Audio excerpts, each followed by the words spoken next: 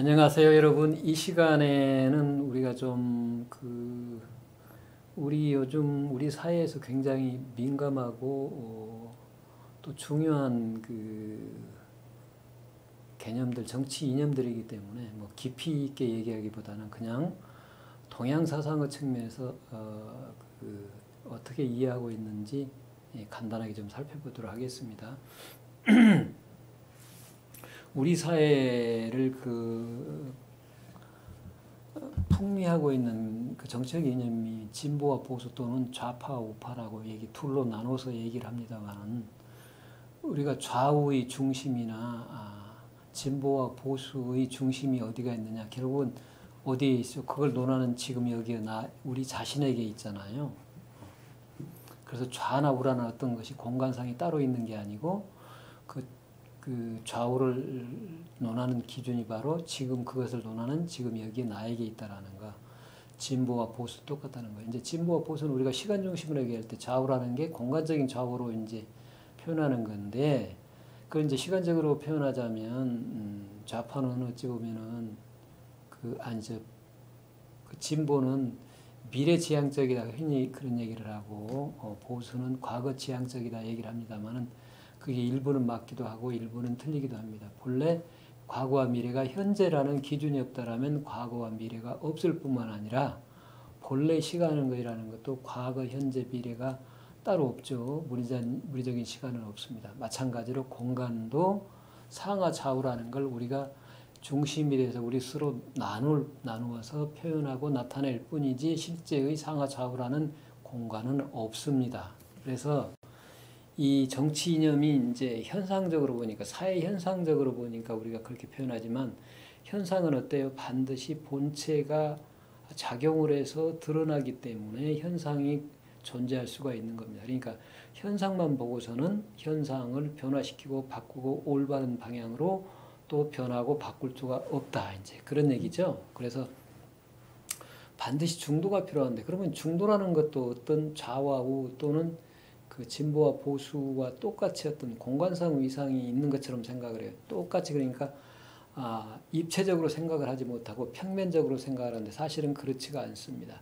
그 중도라는 가운데 중자와 길도자의 중도는 바로 좌와 우를 나눠서 논하고 진보와 보수를 논하는 인간 자신입니다. 즉 인간의 그것도 의식이나 육신을 얘기하는 거 아니고 인간의 인간다움, 인간의 본래 면목은 바로 본성입니다. 그래서 본성이라는 중도가 바탕이 돼서 그게 현상의 측면에서 마음을 중심으로 해서 표현하느냐 아니면 몸을 중심으로 표현하느냐의 차이입니다.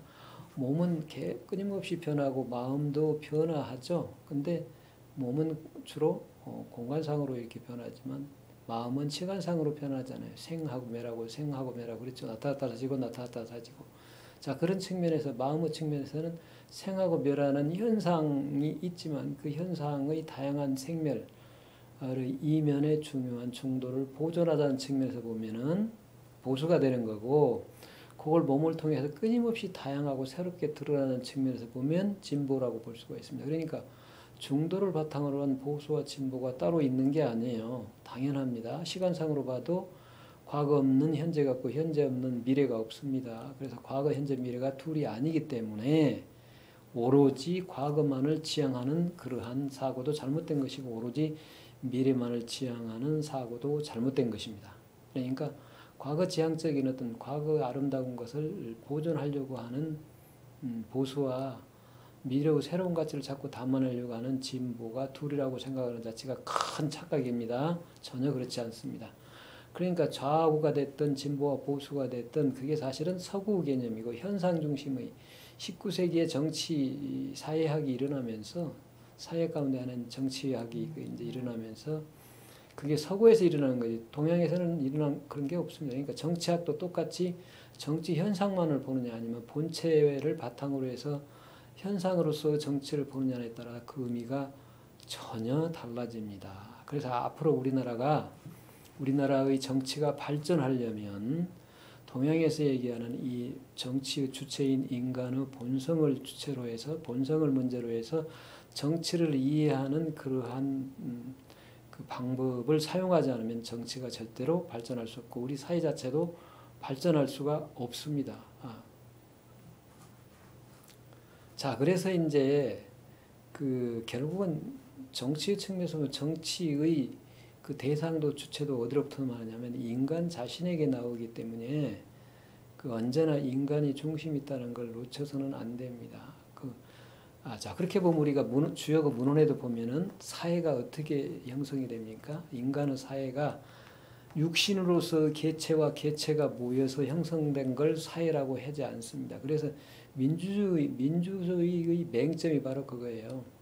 똑같이 인간이 그 육신을 중심으로 해서 육신이 모여서 부부가 되고 부모가 자식을 낳으면 부모와 자녀라는 부자가 되면서 가정이 이루어지고 그 가정이 다시 수많은 가정이 모여서 국가사회가 되고 국가가 모여서 인류가 된다는 사고를 하게 되죠. 그런 사고를 하게 되면 이게 철저하게 형의 육신 중심으로 즉 현상 중심으로 사고를 하게 되는 겁니다. 자, 그렇게 되면 인간으로서 내가 어떤 존재이고 어떻게 사느냐 하는 문제가 결여가 되어 있기 때문에 근본적인 측면에서 보면 우리 사회를 바꿀 수도 없고 인류 사회를 발전시킬 수가 없습니다. 자, 이제 그 점을 논어에서도 분명히 이해가 하고 있는 게 바로 우리가 지금 앞에 떠 있는 문장입니다. 그러니까 오늘날의 국민이라고 해도 좋아요. 이 사람 민자와 백성 민자를 구분해서 학자들 가운데는 민이 가장 노예계급이다라고 얘기하기도 합니다만은 이 민을 오늘날의 국민의 의미로 이해해도 좋습니다. 그런 측면에서 민은 가사 유지라고 했죠.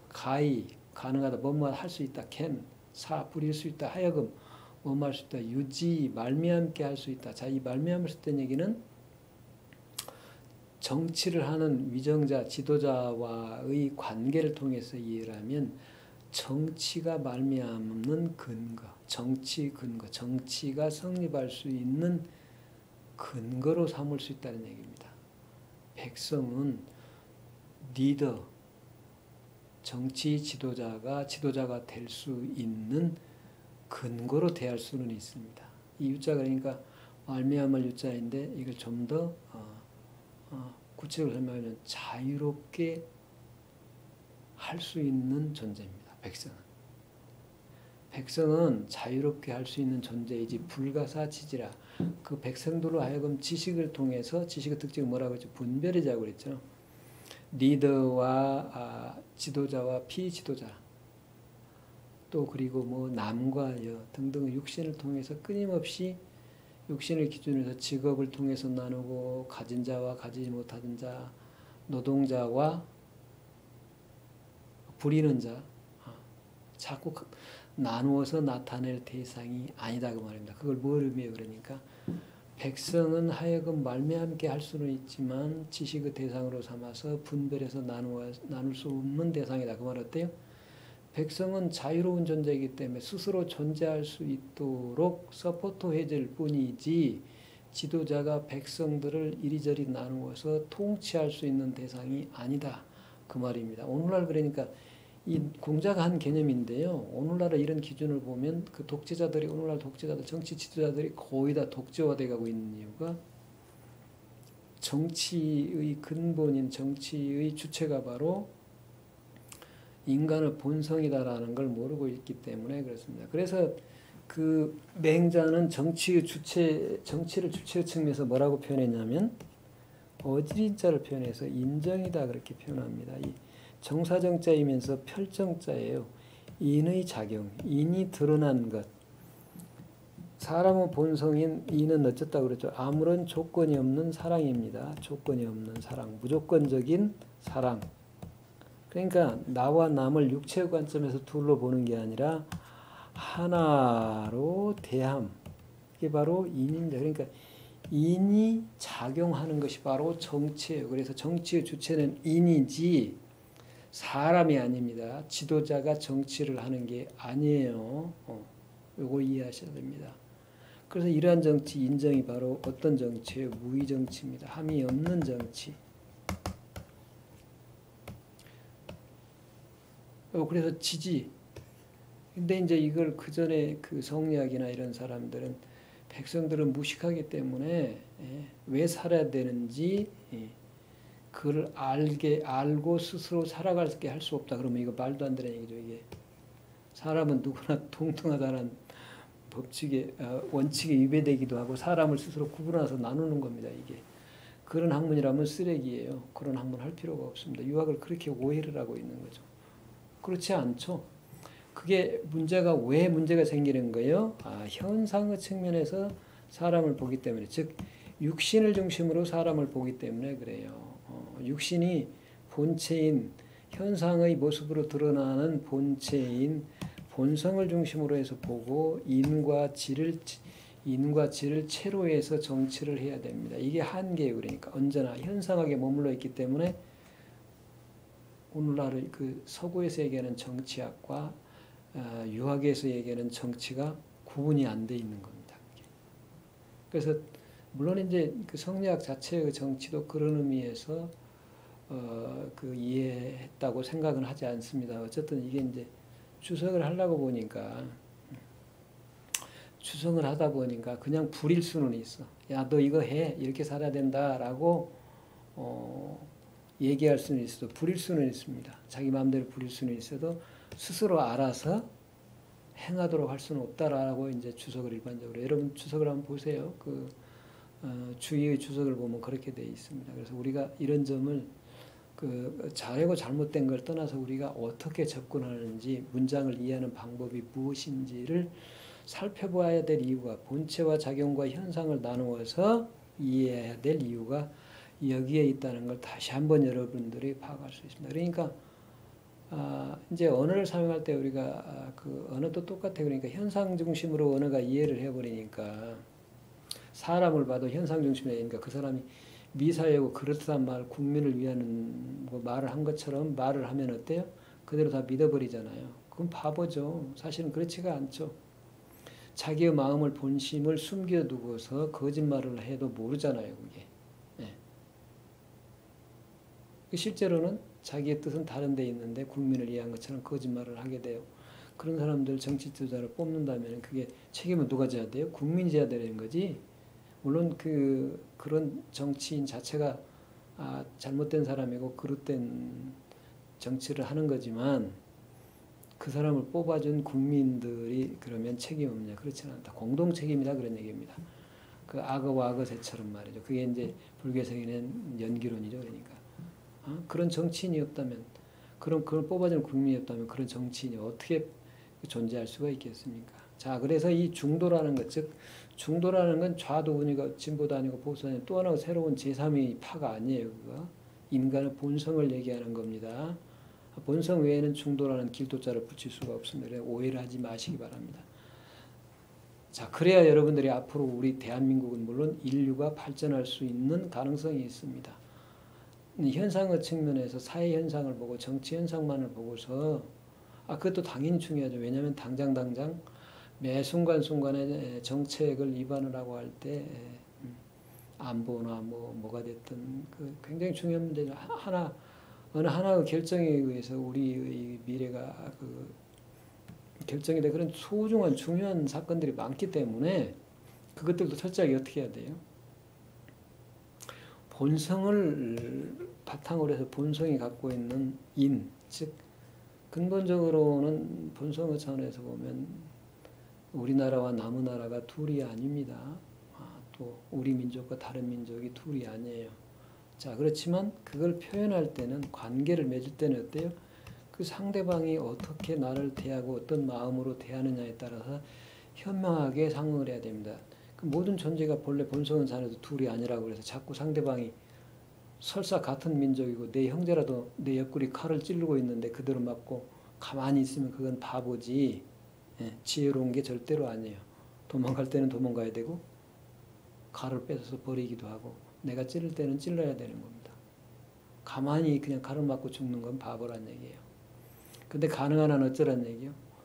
상대방이 고통스러우면 나도 고통스럽기 때문에 상대방을 고통스럽지 않도록 해주려고 하는 마음이 어진 마음이죠. 그러니까 그럼 그건 실천할 때는 어떻게 해야 돼요? 상대방이 고약한 마음을 먹고 자꾸 욕심을 부리면 욕심을 버리도록 지혜로서 대해줘야 돼요. 그 사람 그대로 대해주면 따라주면 안 돼요. 현명한 사람은 자비로운 사람은 언제나 지혜롭게 대해줍니다. 그러니까 공자가 이제 노나라는 제후국에서 그 사국, 일종 법무부 장관 역할을 했을 때에 소정묘라는 사람을 죽였거든요. 죽였습니다. 그러니까 공자는 입만 열면 논어에 보면 어지린자 인을 강조하는데 어찌 사람을 죽였느냐라고 피상적으로만 얘기를 할 수 있어요. 자, 그런 경우에는 어때요? 사실은 지혜롭게 다는 거잖아요. 지혜롭게. 인을 그 사람 생각한다고 해서 수많은 사람들을 피해를 가게, 백성들이 피해가게 할 수는 없잖아요. 그럼 무조건 죽이면 되겠어요? 일단 어떻게 했어요? 기회를 줬겠죠, 당연히. 격려를 시키잖아요. 그러니까 격려를 시켜서 그 사람이 스스로 반성을 하고 자기의 행위를 바꿀 수 있는 기회를 주는 거죠. 그 기회를 여러 번 주어도 그 기회를 이용하지 않을 거 오히려 더 악한 행동을 할 때, 변하지 않을 때 어쩔 수 없이 최후의 선택으로 그러는 거죠. 그러니까 그것도 어찌 보면은 지혜로운 자만이 쓸 수 있는 거지 일상의 사람들이 써서는 안 되는 거죠. 굉장히 조심스러운 건데 이제 이런 얘기를 하면 오해를 많이 할 수가 있는데 조심스러운 겁니다. 지혜로운 자가 아니고서는 그건 함부로 쓸 수가 없는 거예요. 그러니까 그래서 뭐라고 그랬죠? 장자에서도 안으로, 즉 그 사람 자신의 측면에서 보면은 성인의 덕을 갖춰야 된 사람이 밖으로는 천하의 왕노로 돼야 된다라는 걸 강조를 하고 그걸 주장하는 게 뭐라고요?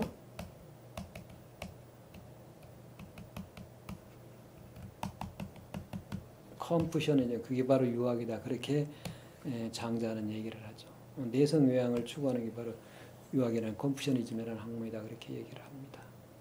그래서 그게 바로 이제 내성을 하기 위해서 뭐를 해요? 수기를 한다고 그러잖아요. 수기. 내가 누구인지를 파악을 하고. 그 다음에는 뭐래요? 아닌 다른 사람을 행복하게 해주고 백성, 국민을 다 안민이다라고 얘기해도 상관없습니다. 안민, 백성한다.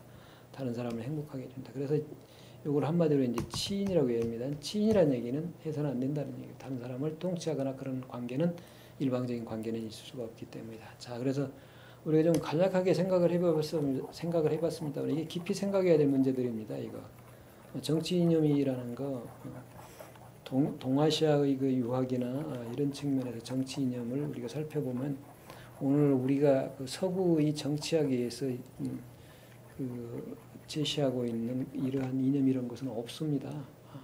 그러니까 그 이념이 오늘날에도 서구 정치적인 정치학적인 측면에서 얘기하는 이념들이 오늘 우리 사회에서 여전히 가치와 의미를 가지려면 그걸 논하는 주체인 우리 본성으로서 중도를 바탕으로 해서 이해할 때 비로소 살아난다. 그러니까 이렇게 보면요. 인문학과 과학이 똑같이 그걸 추구하는 인간의 입장에서 볼 때 비로소 둘이 아님이 드러나듯이 어떻겠어요? 서구나 동양이다 서양이다 하는 구분이 본래 인간이 하는 거지 따로 있는 건 아니잖아요. 공간이 따로 있는 건 아니죠. 우리가 인간이 스스로 기준이 돼서 서양과 동양을 나눈 것 뿐이니까요. 그러니까 동서가 둘이 아니면서도 서로 달리 삶의 양태가 다르고 문화가 다르고 사상이 다르면서 자기의 가치를 그렇게 드러내면서 서로 살아가는 것 이해를 하기 위해서는 그 둘이 아닌 본성의 차원을 반드시 깨달아야 자각이 돼야 그걸 바탕으로 해야 모두가 이루는 행복한 삶, 아름다운 삶이 이루어지고 우리 사회도 그러한 사회로 발전할 수 있다라고 얘기할 수가 있겠습니다. 자, 오늘 이 시간에 간단한 말씀 이걸로 마치겠습니다. 수고 많았습니다.